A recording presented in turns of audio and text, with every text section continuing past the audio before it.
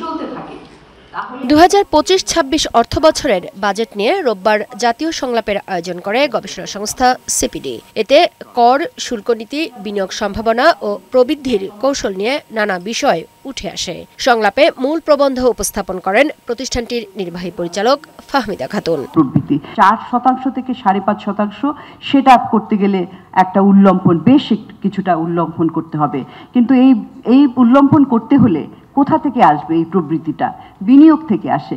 কিন্তু বিনিয়োগের ক্ষেত্রে আমরা দেখি যে মূল বিনিয়োগটা সরকারি বিনিয়োগই হয়ে আসছে, অনেক দিন থেকে বৃদ্ধি হচ্ছে, কারণ ব্যক্তি খাতের বিনিয়োগটা হচ্ছে না। সিপিডি মনে করে এনবিআর সংস্কার না হলে বাজেটে রাজস্ব ঘাটতি চলতেই থাকবে। অন্যান্য দেশে যে প্রত্যক্ষ আয় থেকে রাজস্বের যে আয় সেটা হলো বেশি, আর অপ্রত্যক্ষ যেটা নাকি সাধারণ জনগণের উপর পড়ে সেটা হলো কম। আমাদের দেশে হলো রিভার্স। বিনিয়োগে চাঞ্চল্য আনার, শিক্ষা, স্বাস্থ্য, সামাজিক সুরক্ষা, এই জায়গাগুলোতে আমাদের কিন্তু চিন্তা করতে হবে। প্রস্তাবিত বাজেটের ওপর আলাপ আলোচনার সুযোগ না রাখা নিয়েও প্রশ্ন তুলেন আলোচকরা।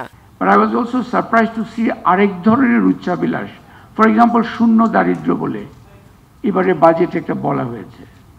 I found it an anomalous inclusion at this stage, unless you consider it a very long-term objective, যেখানে লং টার্ম নিয়ে আলোচনা হচ্ছে না। Poverty rate actually has gone up.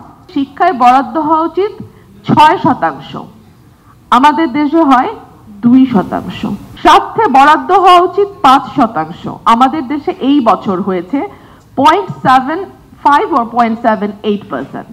এই দুটো খাতের বরাদ্দে একটা ড্রাস্টিক চেঞ্জ এনে এর পরবর্তী যে সরকারটি, রাজনৈতিক সরকারটি ক্ষমতায় যাবে, তার উপর একটা প্রেসার তৈরি করতে পারতো না। বাজেট বাস্তবায়নে প্রাতিষ্ঠানিক সংস্কারের উপর জোর দেন আলোচকরা। মুক্তা মাহমুদ, বৈশাখী সংবাদ, ঢাকা।